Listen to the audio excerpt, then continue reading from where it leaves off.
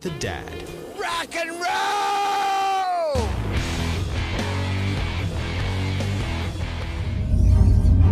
A long time ago, in a galaxy far, far away.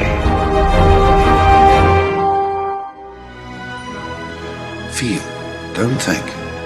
Fear is my ally. The Force will be with you. We are encouraged to love. Be mindful of your thoughts. I will not betray the Republic. Hey, your worship, I'm only trying to help. Scruffy-looking nerf herder. I'm not afraid. You must unlearn what you have learned.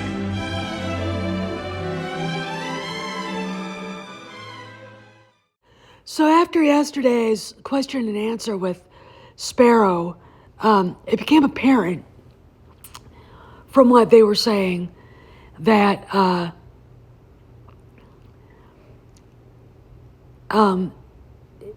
they're doing a reset in Star Wars. They're basically rebuilding from the ground back up because of all the bullshit that has gone on with the Kennedy era. And working there in that environment, like he said, or she said, he said, they said, like they said, was like working in Stalinist Russia. East Germany, where you're not going to say anything, you're not going to raise objections, you're going to keep your head down and hope that something will happen where the monumental stupidity ends. And as we saw between 2016 and at least till Elon bought X, that Kathleen Kennedy's minions, who are allowed to say whatever the fuck they wanted, did. But the people who disagreed with them, and I can tell you this, I think there were probably many, were not inclined to respond because they didn't want to lose their jobs, right? And the marketing issues that went on, the fact that, they didn't have figures ready for the rise of Palpatine because Kennedy kept changing her mind on things. And that's a whole story in of itself, and you've heard it. The fact that they actually really did have a good end for it, and she and Bob Iger had a fit, so they had to redo it to include the Reylo kiss. But this video isn't really about Kennedy's bullshit. This is about how she merchandises things and how Lucasfilm does. This is Charles Soule, or Soleil, I don't know how to pronounce his last name. He is the author, the first author contacted for Project Luminous, aka the High Republic, and he was hand-chosen by the story group, aka Pablo Hidalgo, to write those trashy novels, and he also writes comic books. But we know that he began the High Republic, and he was part of the cabal with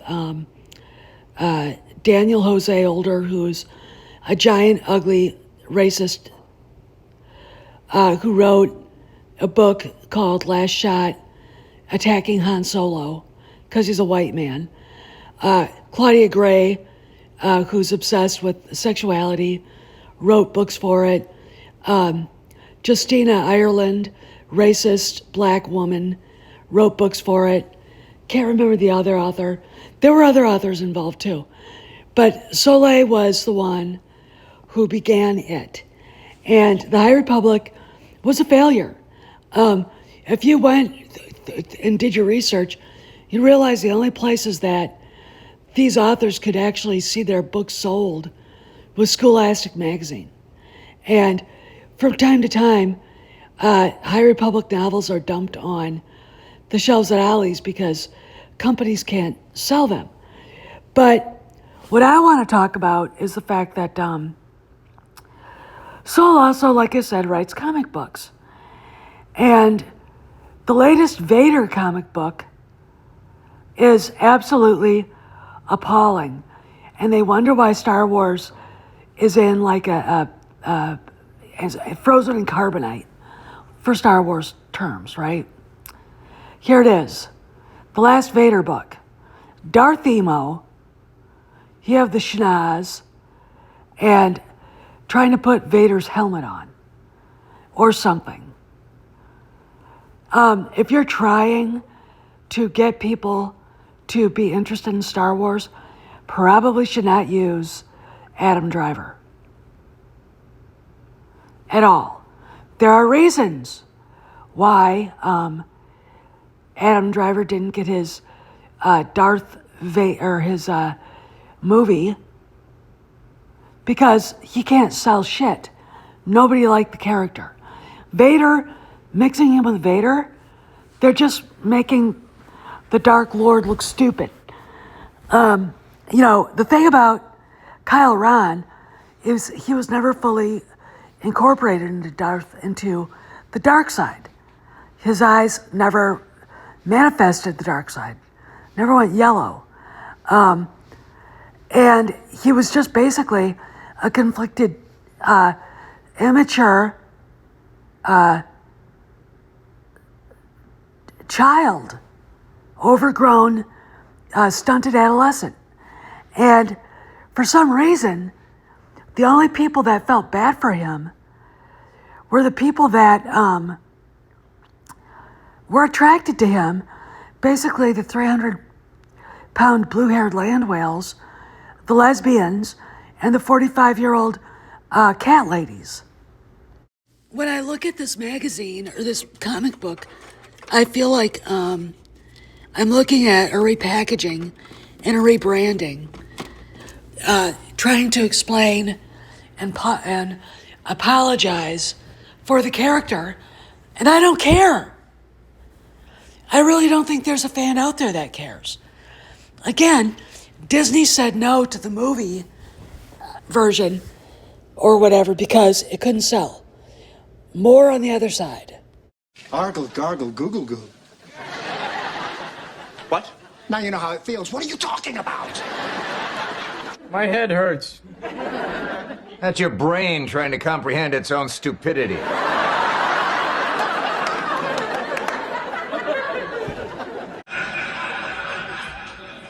Pardon me.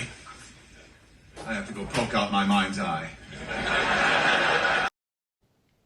Yes, it's true. This man has no dick. So, I mean, why must we have to rehash a character we don't like, a character that didn't resonate? And why are the authors of these garbage books so disconnected from their audience? Allowing them to continue this just gives the black pills the power to monetize anti-Star Wars sentiment, right? Again, it's the monetize it, put it on merch, make money. And it's because of authors like Charles Soule and mismanagement, Kathleen Kennedy, that this continues on and on and on and on. And I, for one, am sick of it.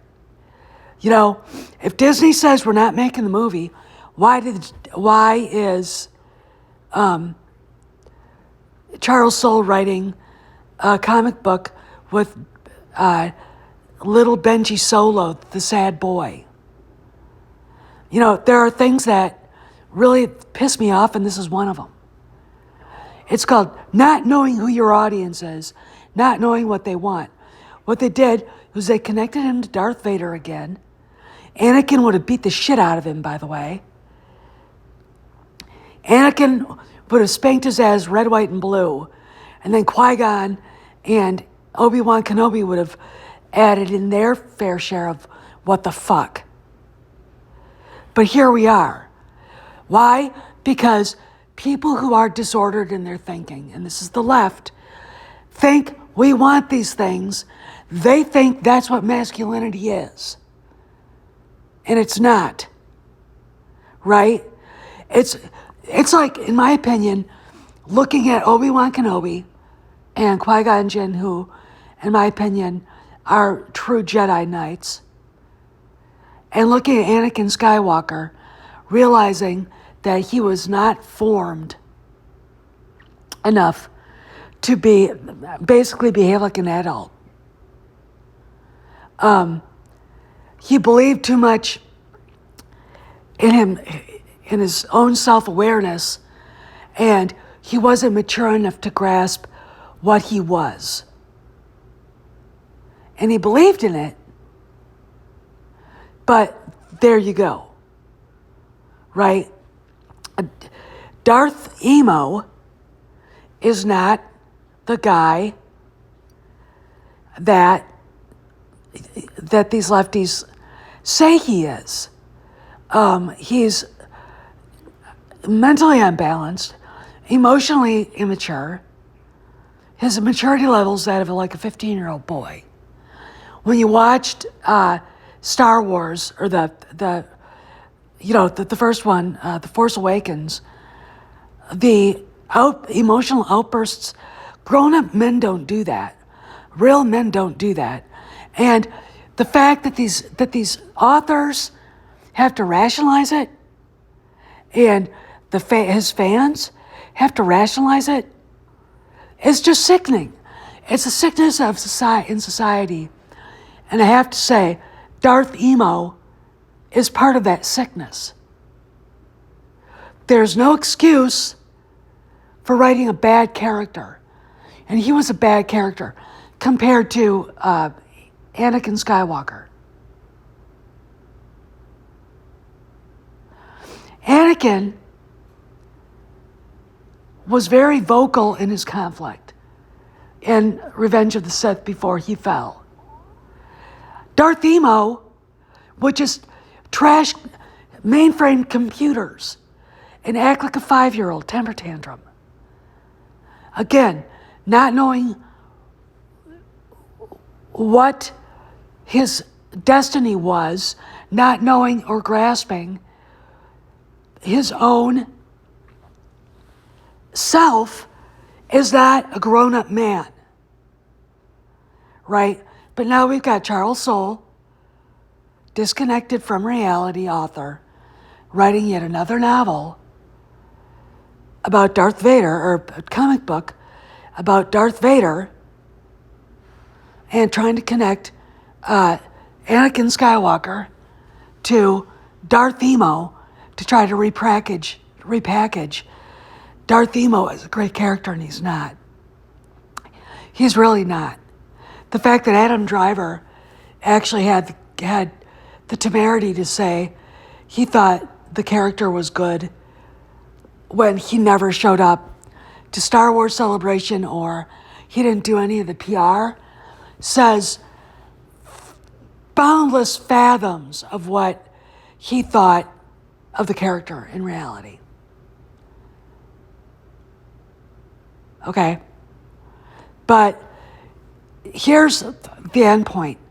John and Dave are trying to rebuild from scratch Star Wars, using Ahsoka as a springboard and Mando and Grogu. And constantly bringing back things that no one wants to see, that they're phasing out in the parks, shows you what a bunch of malicious assholes the story group really is. They don't give a shit about the franchise. It's, as Sparrow said, it's all about giant set pieces and the agenda. And that's it. Right? And it hurts the actual good things that are going on with Star Wars. So get ready, guys. Another round of Raylos coming. This is Steph signing out. See you around the galaxy.